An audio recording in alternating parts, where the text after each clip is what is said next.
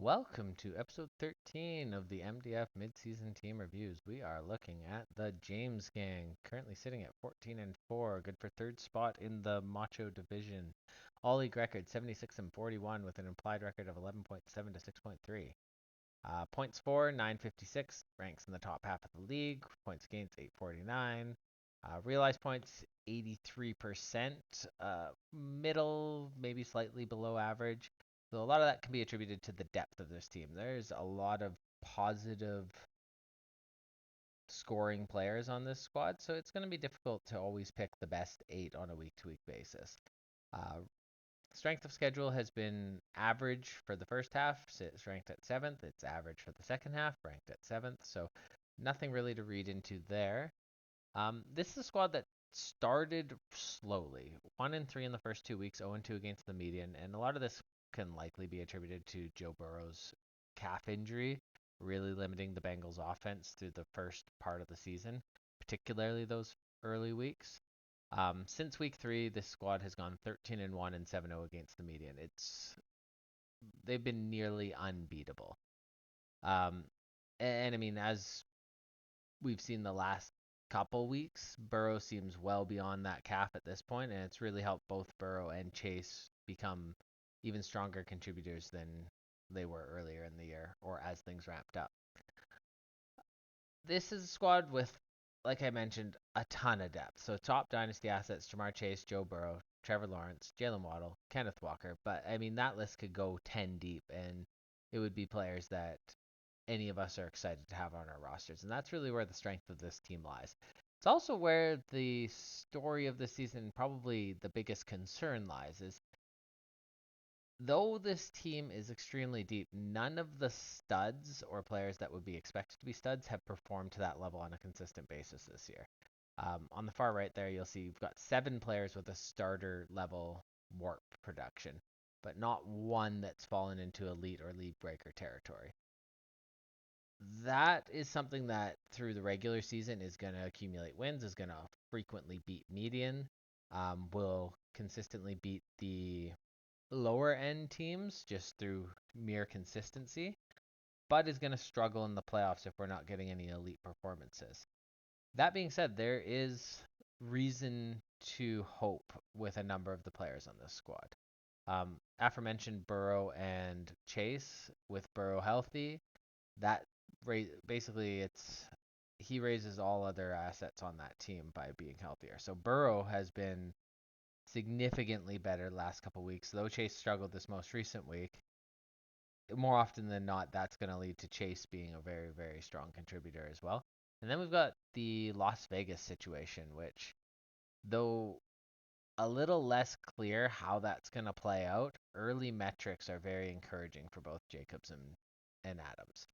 Um, we've got two data sets with Aiden O'Connell as starting quarterback, though we've got different coaches for both situations, different offensive coordinators for both starts. So it's hard to say that the two situations are equivalent, but it does tell us a little bit about Aiden O'Connell's tendencies. And we have seen Aiden O'Connell hyper target Devontae Adams in both starts. So first start was 39 passing attempts, 13 of those going to Adams for a 33% target share. Absolutely money if you can get that sort of situation. And then most recent one, Adams only had 7 targets, but that was still a 28% target share. They only threw the ball 25 times because the Giants didn't force them to throw the ball. Um, the Giants are a mess, and Tommy DeVito is not an NFL quarterback, and instead they just let Jacobs carry the ball 28 times, which if you're going to get 28 carries, Jacobs is going to be a monster. So, and in that first start, we also saw Jacobs carry the ball for an 85% carry share of the offense. 17 carries, but 17 carries, 11 targets in that first Aiden O'Connell start is ridiculous for Jacobs. So you've got 28 opportunities there. Second start, we got 28 carries, no targets, but again, 28 opportunities. You have to imagine the story for targets to Jacobs is somewhere in the middle of those two. He's not going to get 11 every week. He's not going to get 0 every week. It's probably going to be somewhere in the middle. Yes, the game plan is probably a little different from McDaniel's game in week 4 versus Pierce's game in week 9 as the head coaches, but Aiden O'Connell showed in that first game a willingness to pass to the running back. If he's dropping back more often, he's going to have more dump off opportunities when things aren't open downfield, and those are going to go to Jacobs because Jacobs is always on the field. He is an absolute bell cow on this team. It just the offense wasn't moving, and it hasn't been moving this season. So it doesn't matter if you're on the field all the time. If the offense doesn't move, you're not going to score fantasy points. So it'll be interesting to see against a competent team how this offense looks and whether they move the ball because Adams and Jacobs are going to get all the opportunity in the world to produce. So if the Raiders move the ball, that's going to be points more often than not for James Gang. Um, so yeah, I mean, a lot hinges on the Raiders, which is scary, and on the Bengals, which is quite encouraging. If those four players can really perform to the level that they are expected to, or at least we're expected to coming into the season, this team could really take off. Add to that potential for Waddle. You've got Kenneth Walker. You've got Adam Thielen. You've got Trevor Lawrence. Like any number of those guys could take off as well, even if they all just keep producing at a above average level, and you get two or three players producing at elite level. This team becomes very scary come playoffs. Um, it is a team that throughout the season has not shied away from making moves to try and improve and flesh out an already strong roster. Early season splash, bringing in Waddle, sending out JMO and a bunch of picks. There are some other ancillary pieces, but that was kind of the big parts.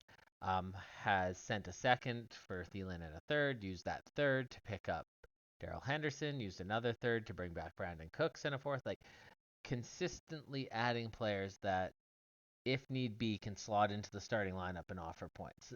So with the depth that this team has, they're probably one of the more resistant to injury of the playoff contenders. I don't think outside of injuries to the real top end talent, especially at the quarterback position, because that's a lot harder to replace, does this team falter because of injuries. It would take a lot of injuries to really exhaust the depth of this squad. Um, yeah, not a lot more going on. I mean, this is a team that has been undeniably successful without any of their studs playing like studs, and not a lot of squads could say that. If with most of the contenders, if their studs aren't playing as studs, they aren't going 13-1 over a 7-week stretch. So it really speaks to the squad's depth and ability to win, utilizing just sheer consistency across the lineup. So yeah, one of the league's real hopes to knock Devil off pedestal and take home championship and become the new public enemy number one. Till next time, we're out.